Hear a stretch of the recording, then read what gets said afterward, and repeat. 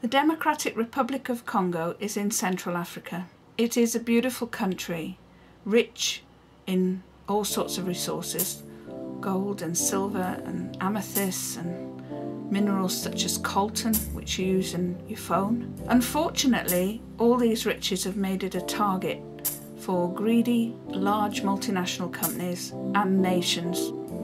And added to that, there is tribal warfare. A war started in Congo in 1988, mainly between the Hutus and the Tutsis. You may remember seeing it on your television at the time. And up till now, 5.25 million people have been killed because of that war. It was known as the Bloody Coltan War, and it was extremely brutal, especially towards the women. Rape and mutilation was common. In fact, rape is higher in Congo than any other nation in the world. The government is corrupt and no money has been put into the infrastructure of the nation for 50 years. The roads are in a dreadful state with 5-foot deep craters and impassable at times. The people are in dire poverty.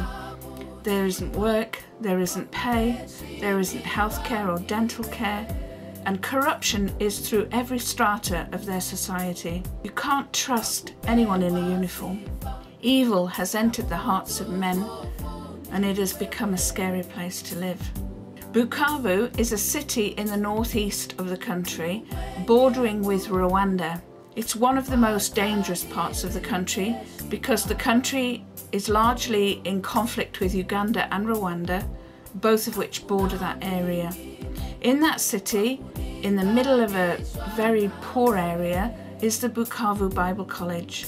This college was ransacked during the Troubles and has been left with nothing more than a few derelict buildings and a few tatty old desks and chairs. My parents worked in Congo in the 1950s and I was born there in 1954. I left there when they first started with Troubles in 1960 when they fought for independence, and I'd never been back until I visited with a friend in 2010, and I travelled through that region of Congo. I wanted to see the places where my parents had worked, but never got to some of them because the roads were so bad. In fact, one journey it took us 15 hours to do about 47 kilometres. When I travel to Congo, it's against Foreign Office advice because it is so dangerous. When I got back from Congo, my heart had been broken by what I saw because the people are lovely, but in dire need. And I felt God speak to me that I should do something about it. But what? What could an ordinary woman like me do to change Congo? During that first visit, I met a man called Boniface Malanda. He's a great guy, a good man, a man of integrity, a man without corruption, a godly man. He's worked for many, many years in that nation, teaching men and women to become good, teaching them there's a different way to the culture that's grown up in Africa. He's 73 now, but he's still working hard. I visited the college. In fact, I preached at the graduation of the students. And when I came home and prayed about it, I felt that the one area that I could really make a difference is by rebuilding and making that college work again properly, helping students to attend because they've got no money to pay for college, and helping with the teaching so that we could see good men, men with integrity and justice and mercy, go back to their towns and their villages and teach a new way and change Congo.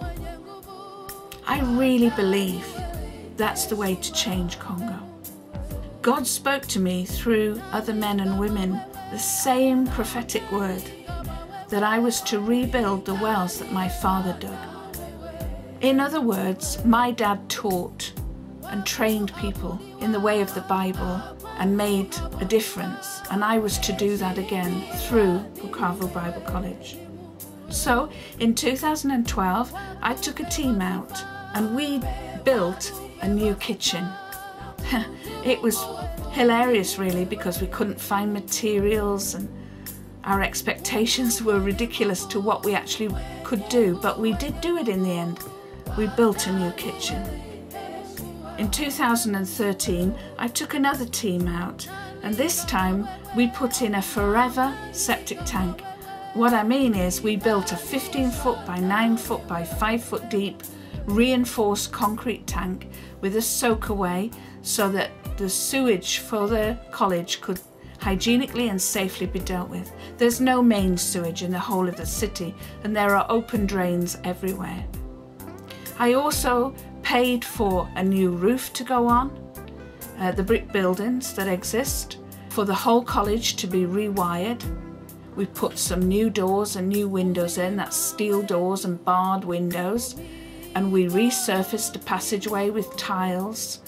So we've done quite a lot so far, but not enough yet.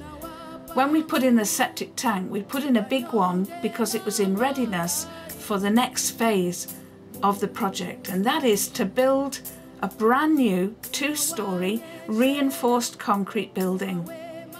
This is to house classrooms, dormitories, bathrooms, offices, a library and a church hall. CAD Architecture, who are a fantastic firm of architects from Manchester, have kindly produced the drawings free for me. And I have a structural engineer helping me and a quantity surveyor helping me. I want to make this college work again. I want to make it be able to take 24 residential students so that we can achieve this vision of sending out good men across Congo. Of course, this all costs money, and I can't do it without your help. Will you please help this project and give? We need the building built, and then it all needs equipping. You know, furniture and fittings such as bunk beds, bedding, classroom furniture, books, showers, toilets, wash basins, and loads more. Then we need to sponsor the students to attend because they can't afford it. £220 pays for a student for a year.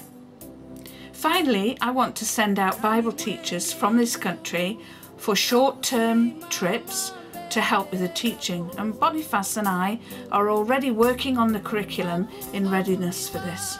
If you would like to help, you can send a cheque made out to Hope Church, to me, Gill Shiels, at 85 Greenfields Road, Shellfield, Walsall, West Midlands, WS4 1RT. You can also donate through PayPal if you wish. If you go to my website, it's http://bukavuproject.org.uk. As well as being able to pay through PayPal, you can also keep up to date with the progress of the project. The reason for the money being made out to Hope Church is I put all the money through my church's missions account, and that makes me accountable. None of the money goes to fund my visits or for any administrative costs. It all goes directly to the project, and I will make sure every penny is well spent. Thank you so much for your help and interest, and may God bless you.